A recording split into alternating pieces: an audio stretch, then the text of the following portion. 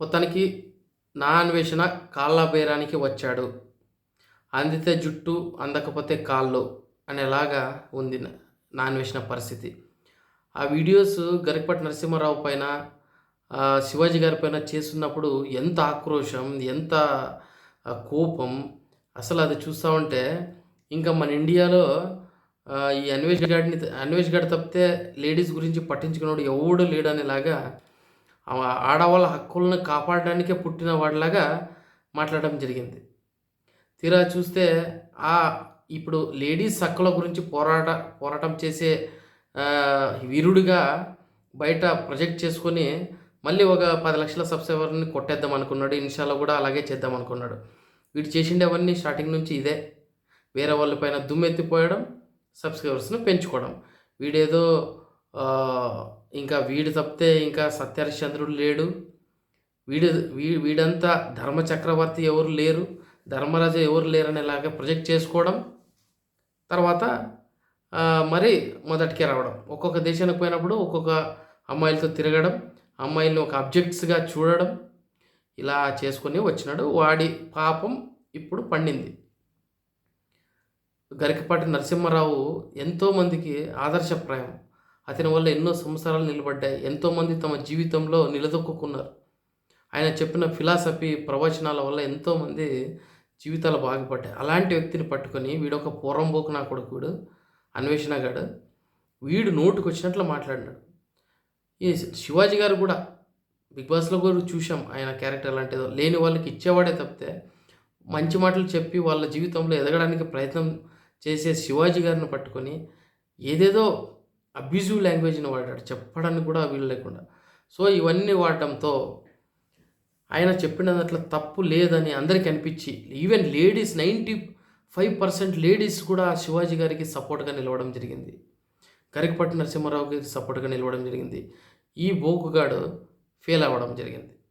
Reverse అయిపోయినారు అందరూ కూడా వీడు ఇప్పుడు ఏదైతే గరికపాటి నరసింహారావు గారి పైన అండ్ శివాజీ గారి పైన నోటికొచ్చినట్లు కారకూతలు కూశాడో, వీడి పాత వీడియోలన్నీ బయటపడ్డాయి. వీడికున్న అహంకారం, వీడు చదివిండేదేమో కానీ వీడికుండే క్వాలిఫికేషన్కి వీడు ప్యూన్గా కూడా పనికిరాడు. వీడికుండే యాటిట్యూడ్కి, వీడికుండే నాలెడ్జ్కి. అలాంటి ఓడికి ప్రజలందరూ కూడా ఒక అవకాశం ఇస్తే వీడు చేసే ఎదవ పనులు ఏంటంటే వేరే వాళ్ళ పైన పడి ఏడవడం, హిందూ దేవుళ్ళపైన, హిందువులపైన, హిందూ దేవతలైన సీతమ్మ దేవి గారి గురించి, ఇంకా చాలామంది దేవతల గురించి నోటి క్వశ్చన్లు మాట్లాడడం జరిగింది. చీర కట్టుకుని ఉన్న సీతాదేవిని రావణాసురుడు ఏదో చేశాడని, ఏదేదో అన్ని ఫాల్స్ అలిగేషన్స్, ఇన్ఫర్మేషన్ క్లారిటీ లేదు. ఇలా మాట్లాడడంతో జనాలకు అందరికీ చూసు కరెక్ట్గా కోపం వచ్చింది. 4 లక్షల మంది వెళ్ళిపోవడం జరిగింది. ఇప్పుడు మనోడికి భయం పట్టుకుంది. నేను ఇంకా దిగి రాకపోతే, కాళ్ళ పట్టుకోకపోతే ఇంకా ఉన్న సబ్స్క్రైబర్స్ అందరూ పోతారు. సో ఇప్పుడు ఏం చేస్తున్నాడంటే దాన్ని సరి చేసుకునే ప్రయత్నంలో పడ్డాడు. నేను అలా కాదనిండేది, ఇలా కాదనిండేది అని చెప్తూ సంజయ్ ఇచ్చే విధంగా ప్రయత్నం చేస్తూ ఉన్నాడు. అది కాదు, మన ఇండియాలో ఇంకా చీర వరకే నిలబడ్డారు. చూడండి వేరే కంట్రీస్, ఇరాన్, ఇరాక్ అన్ని అభివృద్ధి చెందిన దేశాలంట వీడికి. ఒకసారి అక్కడ థాయిలాండ్లో బిల్డింగులు చూడంటున్నాడు. ఒకసారి నువ్వు ముంబైకి, హైదరాబాదు, బెంగళూరు వచ్చి బిల్డింగ్లు చూడు, ఏ బిల్డింగ్స్ ఎక్కువ ఉన్నాయి. నోటికి వచ్చినట్లా నువ్వు ఒకటే వాగితే అందరూ ఫాలో అవ్వరు. ఫస్ట్ ఈ 420 గాడిని అందరూ అన్సబ్స్క్రైబ్ చేయండి, వీడికి బుద్ధి వస్తుంది అప్పుడైనా.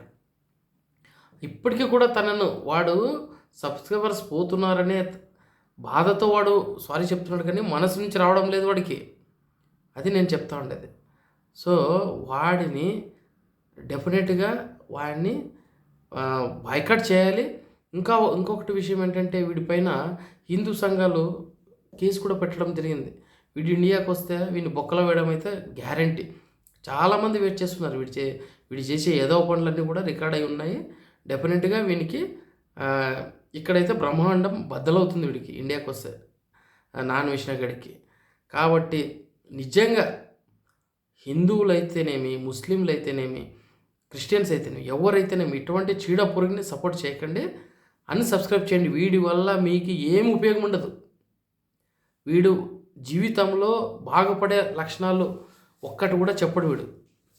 అన్ని 420 పనులే చెప్పేది. ఆటగాడనడము ఇవన్నీ అమ్మాయిల్ని ఎంత నీచంగా వీడు ప్రతిబింబిస్తాడంటే, ఎంత నీచంగా వీడు చూపిస్తాడంటే అమ్మాయిల్ని.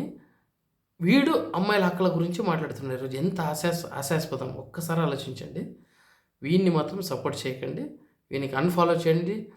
ఇన్‌స్టాలో వీడు ఏమంటున్నాడు, నాకు ఇన్‌స్టాలో ఫాలోవర్స్ అవసరం లేదు. మరి ఇన్‌స్టా ఛానల్ ఎందుకు పెట్టుకున్నావు? ఒక ఇన్‌స్టా పేజ్‌ని ఎందుకు పెట్టుకున్నావు నువ్వు? నీకు అవసరం లేదు, నువ్వు అడ్వర్టైజ్మెంట్లు చేయవు, నాకు అవసరం లేదని అంటున్నావు కదా. అంత స్క్రాప్ అంట వీడికి ఇన్‌స్టాలో ఉండేవాళ్ళంతా. సో ఇన్‌స్టాలో ఉండే వాళ్ళందరూ కూడా బయటకు రండి. యూట్యూబ్లో ఉండే వాళ్ళందరూ కూడా బయటికి రండి. తెలుస్తుంది వీడికి ఏమనేది. వీడికి డబ్బు మదం తలకెక్కింది వీడికి. సో ఈ మదం తగ్గాలంటే వీడు నిజంగా చెప్తున్నాను కదా, వీడికి కష్టపడి ఒక్క రూపాయి కూడా సంపాదించలేడు. వీడు ఊరికే కూర్చొని మాట్లాడేవాడే తప్పితే పని చేసేవాడు కాదు వీడు. వీడికి యూట్యూబ్ ఛానల్ లేకపోతే వీడు రోడ్ల మీద అడుక్కొని తినేవాడు వీడు. సో వీడిని మళ్ళీ ఎక్కడి నుంచి మొదలయ్యాడో అక్కడికి తీసుకురండి అంతే.